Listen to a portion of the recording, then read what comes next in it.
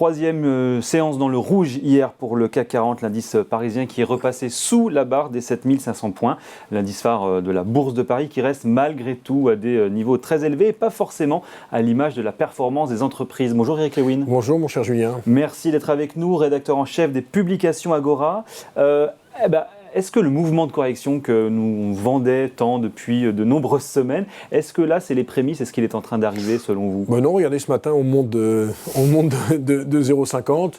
Je ne crois pas pour le moment. Après, il y a toute cette séance des résultats sur lesquels on va revenir. Après, il y a quand même pas mal d'échéances. On va avoir un PIB américain cet après-midi à 14h30 qu'on attend en hausse de 2% alors qu'on avait eu 2,6% le trimestre précédent. Et puis, on a la semaine prochaine les fameuses banques centrales.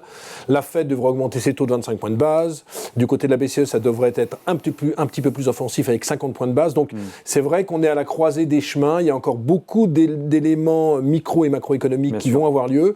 Mais pour l'instant, on peut dire qu'à l'aune de la publication des résultats, finalement, mon cher Julien, on ne s'en sort pas si mal. Bon, vraiment pas si mal. Malgré tout, alors juste on fait une petite parenthèse, effectivement, on va parler de cela et des résultats, mais qu'est-ce qu'il y a, si on n'est pas sur un mouvement ou un enclenchement de mouvement baissier, qu'est-ce qui a nourri un petit peu ce repli, le petit stress là, les 3 derniers jours ? Le petit...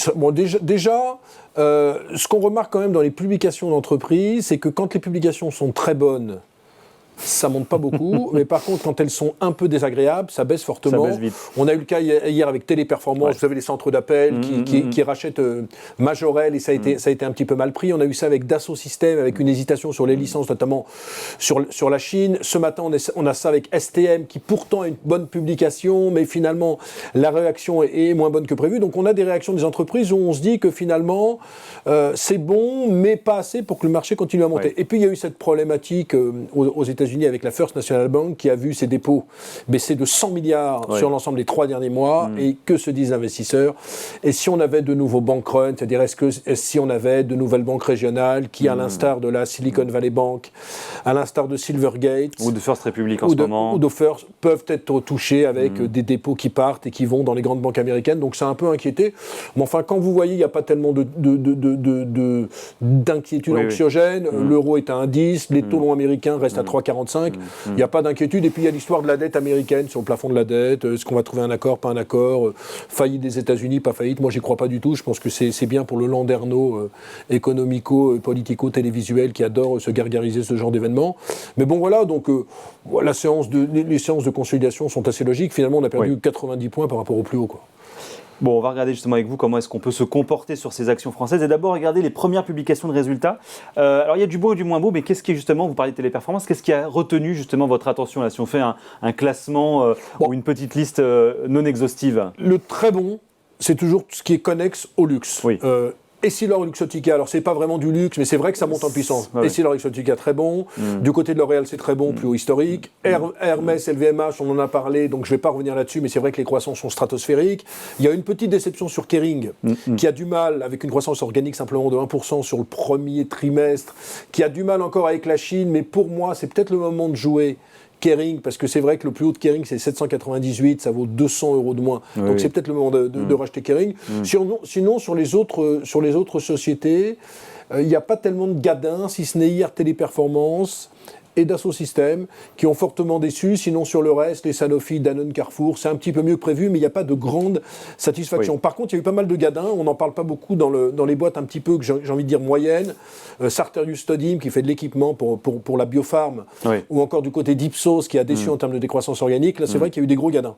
Parce qu'on n'en parle pas beaucoup, parce que souvent, quand on ne sait pas séparer le bon grain de l'ivraie, c'est-à-dire que quand vous voyez le titre des journaux, TF1, France 2, partout, le CAC 40 plus 15% depuis le début de l'année, mais en réalité, si vous défalquez le luxe du CAC 40, on fait plus 6 à plus 7, et encore plus spectaculaire si vous regardez des indices mineurs. Je ne sais pas si vous avez prévu d'en parler, mais je devance votre question si vous en aviez une. Le CAC Small fait moins 1 depuis le début de l'année, et le CAC Small and Mid fait plus 5. Donc en fait, c'est pas Byzance. Donc nous, on est en train de se gargariser. Pourquoi ? Parce que vous avez le CAC 40, le luxe, qui fait 38% du CAC 40. C'est ça, c'est vraiment effectivement une composition un peu en trompe-l'œil si on enlève le luxe, mais vous dites finalement le CAC 40 forte hausse, avec une année économique, même d'ailleurs au sens macro du terme, qui n'est pas si exceptionnel que ça. Oui, mais qui n'est pas si dramatique que ça. Dans la mesure où, vous rappelez, il y a 4-5 mois, on voyait une récession en Europe. Même l'Allemagne, hier, a révisé en haut ses prévisions de croissance sur 2023. Et moi, ce que j'ai envie de dire, quand on regarde les boîtes françaises, c'est vrai que le CAC, vous vous dites, mais il faut être complètement débile pour acheter un CAC 40 à plus 15. Sauf que le PER moyen du CAC est de 15. Alors vous allez dire, non, mais c'est super cher. Sauf que si vous défalquez encore une fois du luxe, vous avez 20 à 25 valeurs qui valent beaucoup moins de 15. Les banques, ça vaut entre 6 et 7 fois. Je vous rappelle qu'au moment de la crise des subprimes en 2008, les banques valaient 10 fois les bénéfices. Là, ça vaut 6 fois. L'automobile, ça vaut entre 3 et 5 fois. Vous avez des boîtes comme Alstom, comme Bouygues, qui valent entre 10 et 12 fois. Ouais. Même Publicis, ça vaut 11 fois. Je ne vais pas vous faire un inventaire à la Prévert, cher Julien. Mais on se rend compte que finalement, le CAC n'est pas du tout survalorisé si l'on accepte quelques techs comme Dassault Systèmes et si l'on accepte le luxe. Donc, c'est pas une folie si le CAC continue à progresser. Maintenant, est-ce qu'il peut progresser sans le luxe ?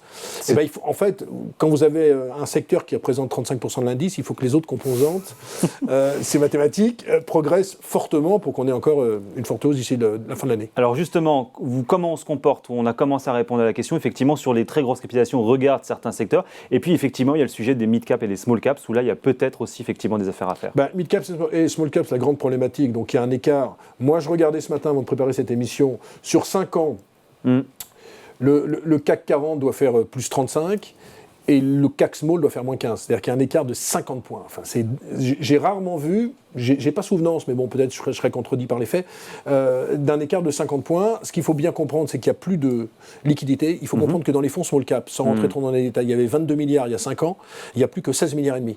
Donc l'argent est sorti des fonds small caps. Donc quand vous êtes gérant de fonds, vous êtes Julien Gagliardi qui a le fonds Gagliardi.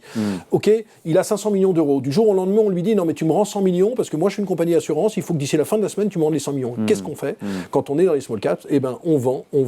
Et donc ce qui se passe, c'est que quand vous regardez les valorisations du CAC et du CAC Small, il y a une décote de 25% en faveur des petites capitalisations, qui sont 25% moins chères et qui sont même dans le private equity 30% moins chères que le private equity. Donc, moi, ma solution à tout ça, c'est qu'il y a beaucoup de boîtes qui vont quitter la bourse pour aller dans le monde du private equity où vous êtes vraiment nettement mieux valorisé. Il y a entre 25 et 30%. Ouais. Donc, quel intérêt de rester sur une valorisation de 100 millions en bourse alors que vous pouvez avoir 130, 140, 150 millions quand vous êtes dans le private equity. Et donc là, il y a beaucoup de boîtes, à mon avis, qui vont continuer à sortir de la cote, comme on a eu l'année dernière avec Somfy, comme on a eu l'année dernière avec Manutan. On risque d'avoir ça tout au long de l'année parce que c'est vrai que moi, je vois beaucoup de gérants, je vois beaucoup de PDG de boîtes, les gérants small cap, c'est un peu la soupe à la grimace. Quant aux PDG, ils sont fous furieux parce que quand vous travaillez toute l'année, vous avez votre outil de production, vous êtes là, vous êtes aux manettes, vous bossez 18 heures par jour et que vous voyez que vous n'êtes pas du tout récompensé en bourse avec une déconnexion complète entre votre valorisation boursière et votre outil de production et vos fondamentaux, vous avez envie de sortir de la bourse. Bon, pour l'investisseur, qu'est-ce qu'on regarde comme secteur justement sur ces petites capitalisations ?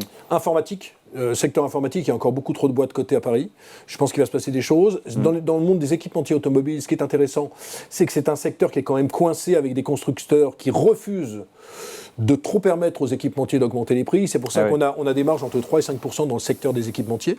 Donc les équipementiers, je pense qu'on sera également en voie de concentration. Mais je vais vous dire, à la limite, toutes les valeurs fortement décotés par rapport à leurs fonds propres et par rapport à leurs fondamentaux, peuvent faire l'objet d'une opération financière.